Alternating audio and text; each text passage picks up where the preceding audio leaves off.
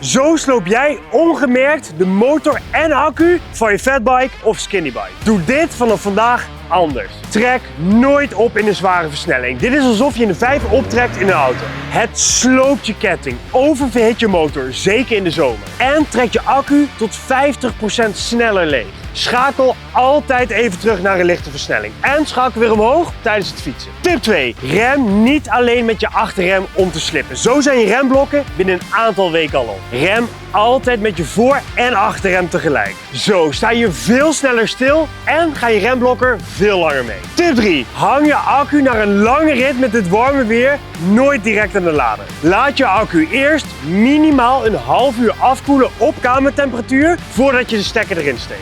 Bonus tip. Zet je bike altijd in de schaduw. Beter voor je accu en je voorkomt een snikheet zadel. Sla deze video op voor later en stuur deze video door naar een vriend met een fatbike of skinnybike.